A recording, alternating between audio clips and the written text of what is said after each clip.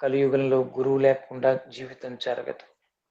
మరి అందరూ బ్రతకట్లేదని అంటే తెలుసుకోండి వాళ్ళు. వాళ్ళ జీవిత విధానంలో వాళ్ళ వ్యక్తిగతంగా ఉన్న జీవితంలో ఎన్ని రకాల సంఘర్షణలు, సమస్యలు. కానీ గురువుని భౌతికంగా అనుసరించి ప్రతి క్షణం తత్వంతో ఒకటై ఎప్పుడో కష్టం వచ్చినప్పుడు పరిగెట్టుకుని గుడికెళ్ళటం కాదండి. ప్రమాదం వచ్చినప్పుడు, ఉన్నది పోయినప్పుడు, కోరుకున్నది దొరికింది పరిగెడతారందరూ. నిత్య విధిగా కలియుగంలో చెప్పారు. మొదటి మెట్టు నామస్మరణ, గురు మంత్ర స్మరణ, గురునామస్మరణ.